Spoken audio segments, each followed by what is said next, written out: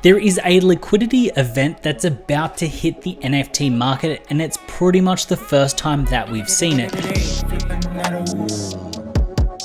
Now in this video, we're essentially going to be talking about people that have put up their NFTs as collateral to take out some loans, and we're getting to a point of liquidation. Now on Twitter, Cirrus has put together a very good sort of thread on this, breaking it down. So I'll actually kind of link that below so you can kind of go check that out. But what I'm going to do is I'm going to jump in myself and kind of break it down for you so you can have a look. Now, Bend DAO lets people sort of borrow ETH from kind of like putting in their NFTs. So you can essentially put in an ape or a doodle or a mutant or something and then borrow against it. But you're not borrowing 100% of the funds, you're borrowing a lot less, which means that you should be right in case of fluctuations on the floor price. But what's currently happening is we're getting a situation where a lot of these NFTs, because the floors have been dropping and they were put in at the peak, there is a situation where it's not turning out good. Now look, I'm using the term liquidation a lot, and I want to kind of break down what the liquidation is and how it actually kind of works. So this is from Bend DAO. Assuming that the floor price of Bored Ape Yacht Club is 100 ETH, when you borrow 40 ETH instantly on Bend DAO, if the floor price drops to 44 ETH, the 48-hour liquidation protection can be triggered since the health factor of your NFT-backed loan is below 1. And then it breaks down the kind of prices, like when it comes down to health factor, about what it is. But the main key point here is you need to have a look. It goes for a loan that is below 1. Now, when you actually head over to the health factor alert list on Bend DAO, what you can see here is health factor 1.1, 1.1.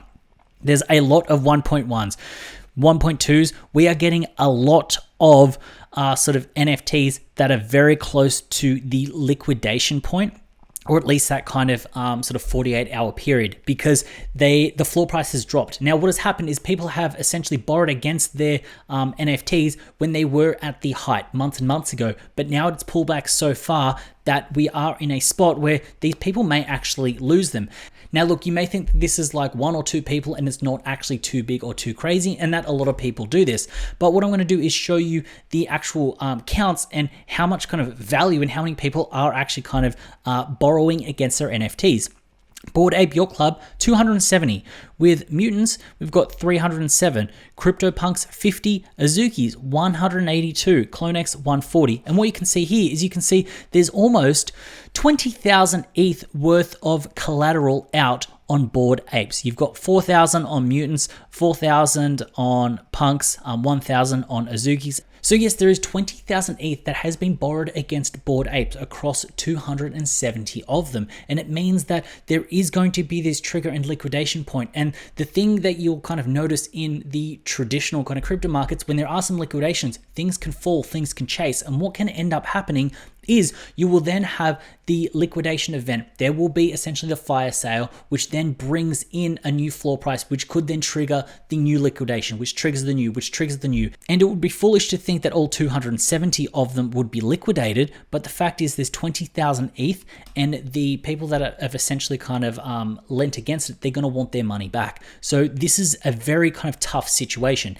Now, something that I want to touch on here is if you actually have a look at the Mutant apes, what we can see here is the auction history of what has happened recently with the Mutant apes and the prices of them and what they were going for. And what you can see here is there are some sharp prices and sharp declines over the past sort of 2-3 days.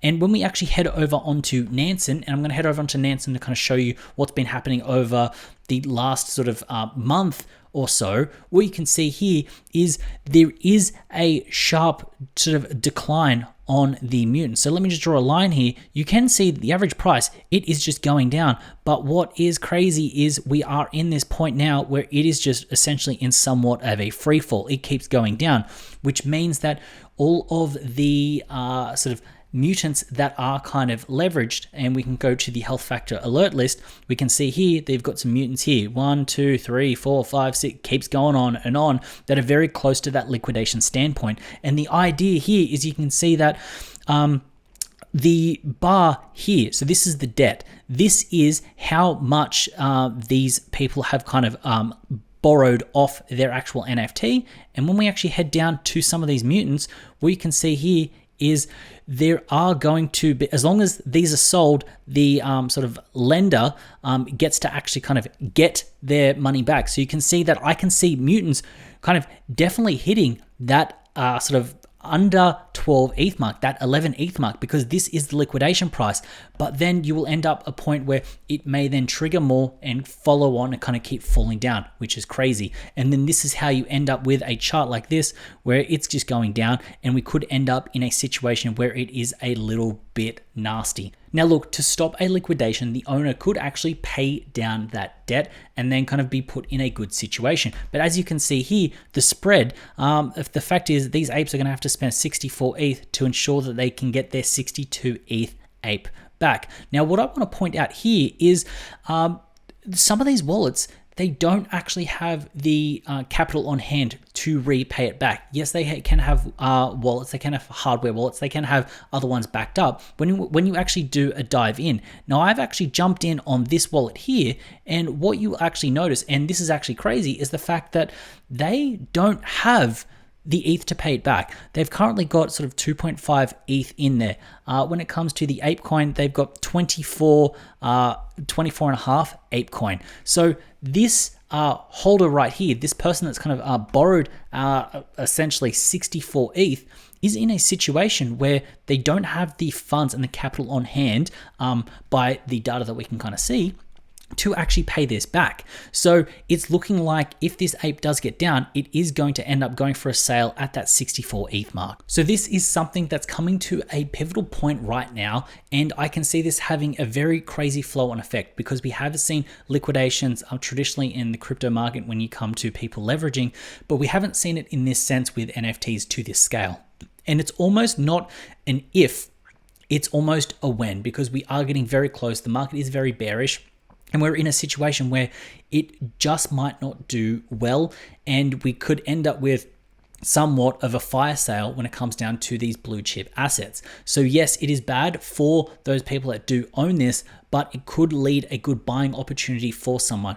Overall, how do I think this will affect the space? What do I think this will kind of do to the ecosystem? I think it may kind of put a little bit of stutter in the step. It may kind of make people a little bit worried and wary. Yes, there will be people saying, yes, but you leveraged, you kind of borrowed your ape, you were leveraging this, you were doing that, you shouldn't have done that. But it's still going to have a psychological effect on the market. But this may be another bad news event or bad market sentiment that could just keep pushing us into more of a bear market. So that is a look at what is currently happening right now, and an issue that is in the space that is looking like it's going to unfold. So this is something that I'm going to be paying attention to, and I wanted to bring it to your attention. I wanted you to be educated on it and understand what can happen so that you can take advantage and or protect yourself in these situations, so you are making good decisions, educated decisions within the space. So a bit of a different kind of video today. Hopefully you enjoyed it. If you did, please scroll down there and consider hitting up that subscribe button. And while you're down there, also hit up the like button. As always, it's been a pleasure having you with me. I look forward to seeing you in the next one.